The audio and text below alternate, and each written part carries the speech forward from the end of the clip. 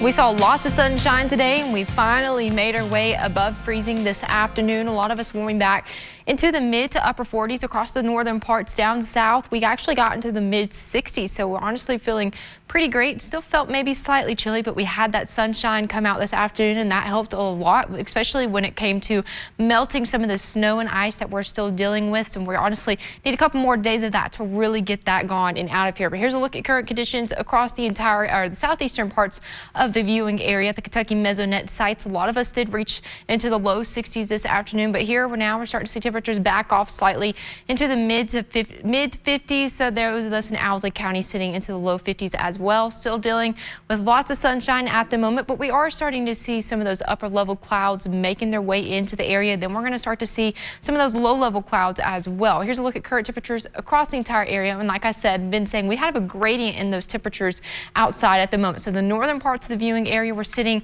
into the low 40s. Down south, we actually were sitting into the low 60s this afternoon. So we had about a 20-degree temperature difference from the top into the bottom of the viewing area. Low to mid 40s up north, mid 50s in the middle parts, and then now back into the low 60s in the southern parts of the viewing area. Satellite and radar, like I said, we're starting to see some of those clouds creep back into the area associated with this low pressure system off to our north and west. That's bringing in the rain chances that we're going to see tomorrow, starting to bring in the cloud. We have these two high pressures near us today that allowed us to be mostly sunny today, and we saw all of that sun start to make their way back into the area. But here's a look at tomorrow. We're going to warm back into the mid to upper 50s. Some of us could reach into the low 60s tomorrow afternoon. We are going to start the day with a chance of seeing some patchy fog into the morning hours, some patchy dense fog, something we haven't seen in quite a while now. So if you're going out tomorrow, heading to work, heading to school, definitely account for that and account for some extra time on the roadways, because that could reduce some of our visibility as we go into tomorrow. But here's a look at what you can expect for the rest of tonight.